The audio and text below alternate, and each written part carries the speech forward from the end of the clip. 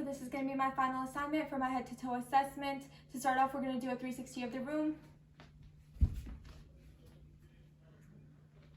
Perfect. I'm going to enter my patient's room. I'm going to perform hand hygiene. I'm going to wash my hands, apply hand sanitizer. Perfect. If I need gloves, I can wear gloves. If not necessary, then I'm going to move on to an antiseptic wipe and wipe down my stethoscope.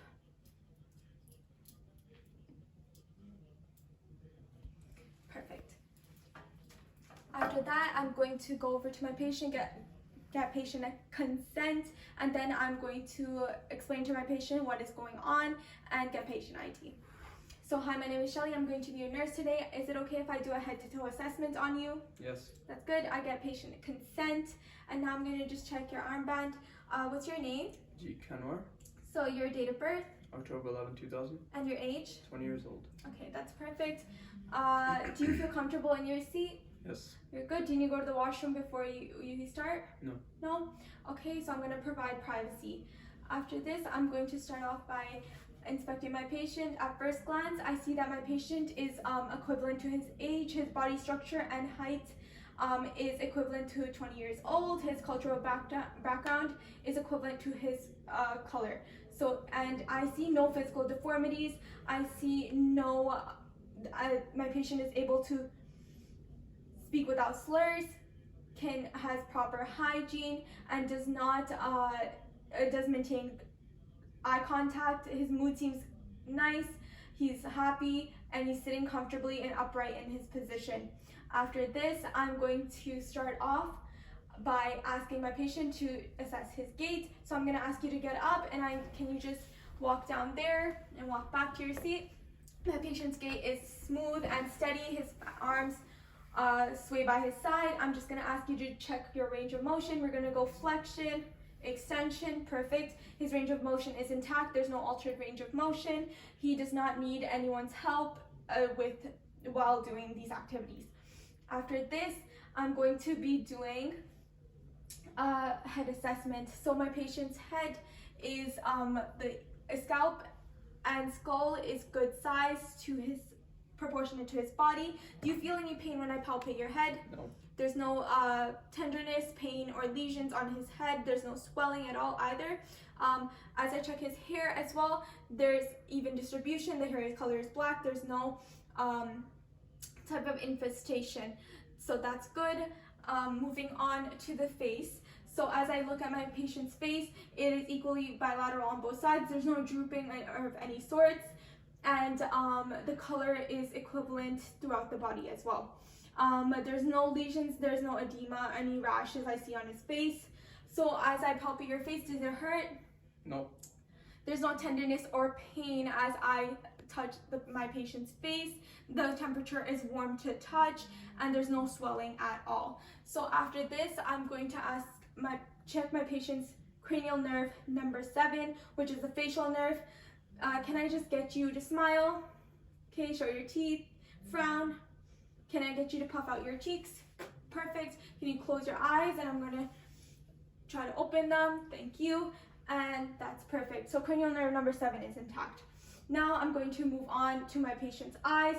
Can you please close your eyes for me? There's equal lash distribution. The eyes are equally bilateral on both sides. Can you open your eyes for me? The sclera is white, and the conjunctiva, can you open your eyes?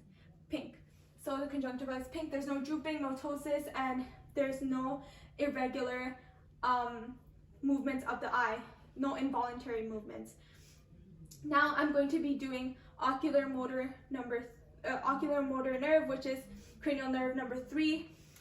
I'm going to be using Perla, so I'm going to use the pupil size. The first thing I'm going to do is it's 3 millimeters here, 3 millimeters here. Perfect. The pupil size is equal on both sides, and they both are round. Perfect. And if it's reflective to light, I'm going to do direct light reflex and consensual light reflex. Okay, perfect. The pupils constrict, so direct light reflex is intact. Now we're going to do consensual light reflex. Perfect. Now the other side of the other eye, pupil constricts, so that is consensual light reflex. So now cranial nerve number 3, ocular motor, is intact. Now I'm going to move over to my patient's ears. My patient does not have any type of discharge coming out of his ears, no extra earwax, there's no swelling of the ears at all. Does it hurt when I touch your ears? No. I'm going to palpate the auricle and the tragus. Does the tragus hurt? No. No? Perfect. Okay. There's no swelling, tenderness, or pain when I palpate my patient's ears. That's perfect. Now I'm going to be doing the whisper test. Can you just close one ear for me? And I'm going to say 3 words and he has to repeat them back to me. I, by, why. Okay, next ear. Yellow, light, green. Okay, whisper test is intact. That's perfect. Now we're going to move down to my patient's nose. As I look at my patient's nose, there's no involuntary flaring. It's equal on both sides, and there's no discharge coming out. So I'm going to check my patient's maxillary sinuses. Does it hurt when I palpate your sinuses? No. Perfect. There's no pain, tenderness, or swelling. Now I'm checking the frontal sinus. Do you feel any pain? No. Perfect. Okay, so there's no pain, swelling, or tenderness when I palpate the sinuses. After that, I'm going to move down to my patient's lips. My patient's lips are pink of color, they're hydrated, and they're equally bilateral on both sides. There's no drooping to one side. I'm just going to inspect the inside of my patient's mouth as well. Can I just get you to open your mouth for me? Okay, the gums are pink in color. There is no sort of lesions, bumps, or bruises inside the mouth. The teeth are intact. There's no loose teeth or no dental work done. And no inflammation of the gums. The hard and soft palate are intact as well and pink in color. No lesions as well. Perfect. You can close your mouth. So I'm going to be testing for cranial nerve number 9 and 10, which is the glotopharyngeal and the vagus nerve. So this, I'm going to ask my patient to open their mouth and say, ah. I'm looking for, perfect. The uvula and the soft palate do move up and back, and that means that our cranial nerve number 9 and 10 are intact. Now moving on to cranial nerve number 12, which is the hypoglossal, which is I need you to open your mouth again and show me your tongue. So the tongue is symmetrical on both sides. There's no lesions or tremors at all, and there's no type of swelling. So can I get you to move your tongue right and left? Perfect. And can I get you to say light, tight, dynamite? Light, tight, dynamite. Perfect. So our patient's cranial nerve number 12 is intact. Now I'm going to move down to my patient's cranial nerve number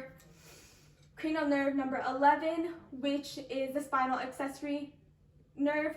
I'm going to ask my patient to move their head right to left and make my patient shrug, and I'm going to apply pressure, okay? So I'm going to get you to do this. Perfect. Perfect. Now shrug. Perfect. So my patient's cranial nerve number 11 is intact, the spinal accessory nerves. Now I'm going to palpate my patient's neck. Do you feel any pain? No.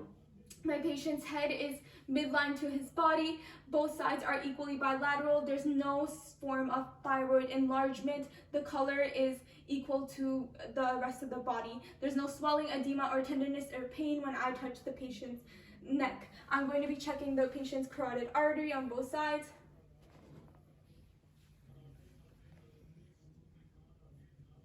Perfect. So my patient's carotid arteries, the grade strength is +2, and the rhythm is strong and regular.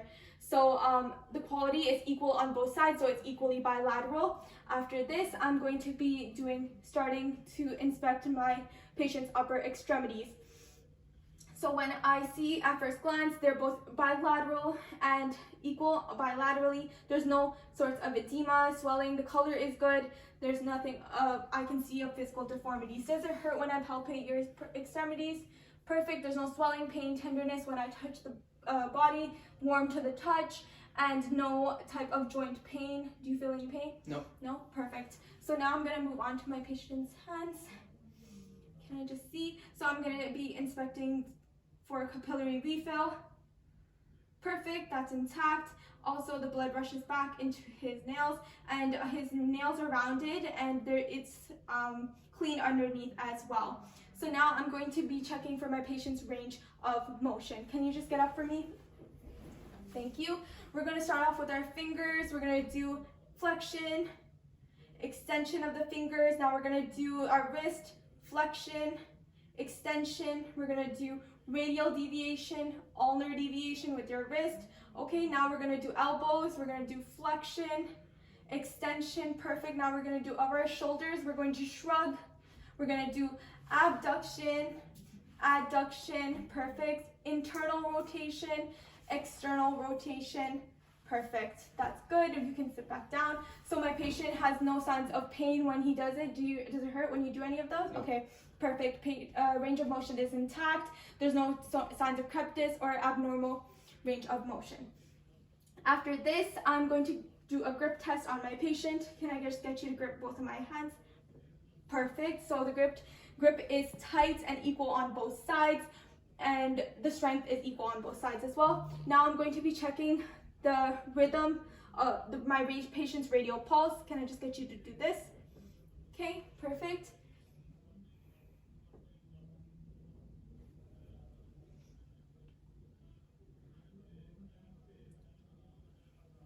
Perfect. So my patient's grade strength for this is +2, which is strong, and it's regular on both sides, so it's equally bilateral. Okay, that's good. After this, we're gonna move on to our lower extremities. As I see, my patient's legs are equivalent on both sides. There's no physical deformities on my patient's legs. The color is the same and equal throughout the whole body, and I'm just going to be palpating. Do you feel any pain when I palpate? No, there's no pain or tenderness or swelling when I touch my patient's legs. Do you feel the joint temperature is equivalent to the temperature of the regular leg, which is warm to the touch. Then I'm going to be checking for my patient's dorsalis pedis pulse and my patient's posterior tibial pulse. I'm going to start off with dorsalis pedis on both sides.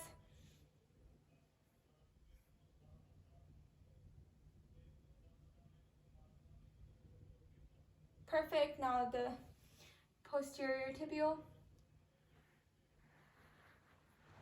Perfect. My patient's grade strength is +1, and it's regular on both sides. It's equally bilateral. The equality is the same on both sides. Now I'm going to be doing dorsiflexion and plantar flexion. So this is going to be dorsiflexion. This is plantar flexion. I'm going to be applying pressure on both sides. So let's do dorsiflexion. Perfect. Plantar flexion. Perfect. So my patient's dorsiflexion and plantar flexion is intact. Now I'm going to be washing my hands. Wash my hands. Apply hand sanitizer. Perfect. Now I'm going to be observing my patient's thorax. So can I just get you to stand up and turn around for me? Thank you. Actually, can you turn around again? So I'm going to actually start off by doing the anterior posterior transverse ratio. I'm going to be checking by both sides. So 2 to 1. So my ratio is 2 to 1. And now I'm just going to get you to turn around and just show me your back for me. So at first glance, I see that my patient's back is equal on both sides. I see no skeletal deformities. There's no drooping of any sort of the scapula. There's no lesions. There's no types of redness, swelling of any sort. So does it hurt when I touch it? Nope. No, that's good. There's no pain or tenderness. There's no swelling as well, and the temperature is warm to touch. I'm just gonna get you, I'm gonna check for chest expansion. Can you just breathe for me? Yep. Perfect. So chest expansion is intact. They move symmetrically on both sides, and there's no sort form of distress while breathing. Perfect. You can just put your head, put your shirt down. Perfect. Now we're just going to be doing, I'm just going to be getting you to sit down. I'm going to check your respiratory rate. Perfect. I'm just going to be doing this.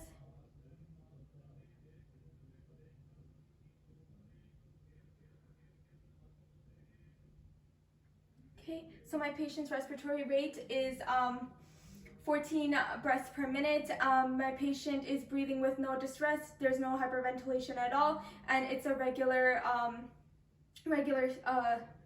it's smooth and regular. So now I'm going to just palpate again. Can I just get you to do your, get up and put, I'm gonna also take your thorax, your posterior thorax, and I'm gonna check for lung sounds. It's gonna be 9 places. I'm just gonna ask you to breathe in and out whenever I hit.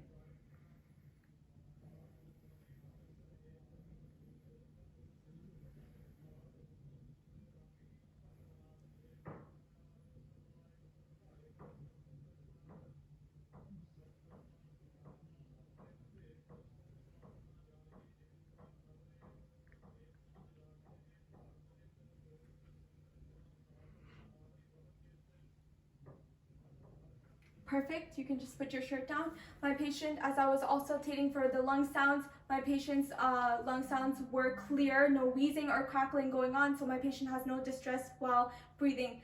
The lungs have no types of fluid or anything put inside. So now we're going to just do the anterior thorax. You can just sit down.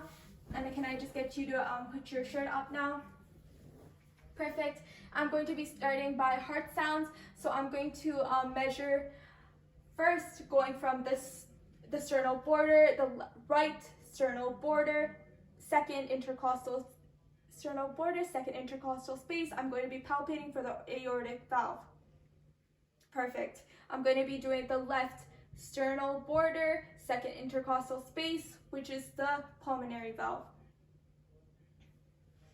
Perfect. So this is going to be the sounds. This is the base of the heart. So this is where the S2 sounds are heard the best, and this is the best sounds, the aortic and the pulmonary. Okay, then I'm going to go to the third one, which is going to be the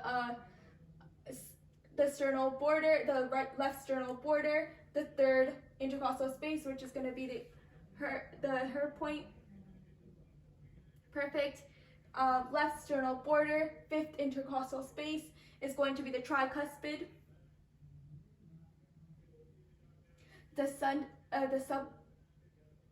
The mid-clavicular border, and then the fifth intercostal space is going to be the mitral valve. Perfect. So the mitral valve and the tricuspid valve is where S1 breath sounds are heard, and this is the apex of the heart. Now I'm going to be just finding the heart rate of my patient. I'm going to use my apical pulse to find that.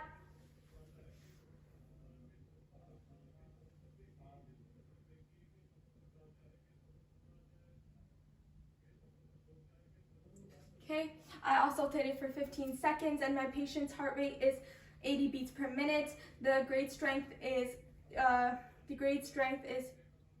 quality is regular, and the rhythm is regular as well. There's no excess heart sounds. Now I'm just going to get my patient to lay down, and I'm going to drape my patient. Okay, drape my patient properly, and I'm just going to be now checking the abdomen. I'm going to be checking for bowel sounds on my patient. At first, I'm going to be auscultating my patient's abdomen.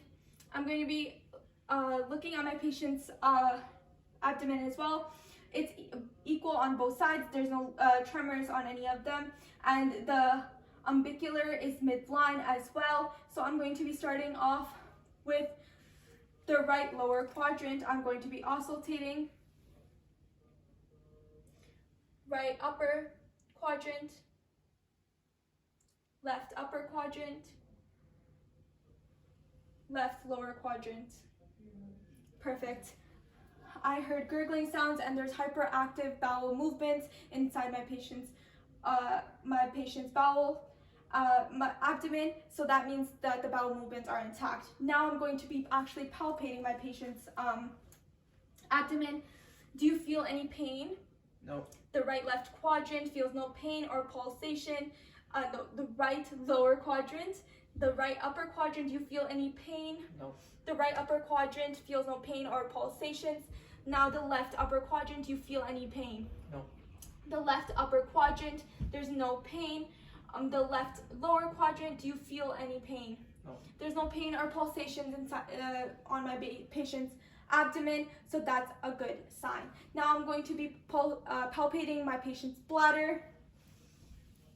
Do you feel any pain No. when I push against your bladder? No? Okay, No. that's perfect. Now there's no pain or pulsation, and no, do you have any urge to pee when I push? No. Perfect. So there's no signs of distress.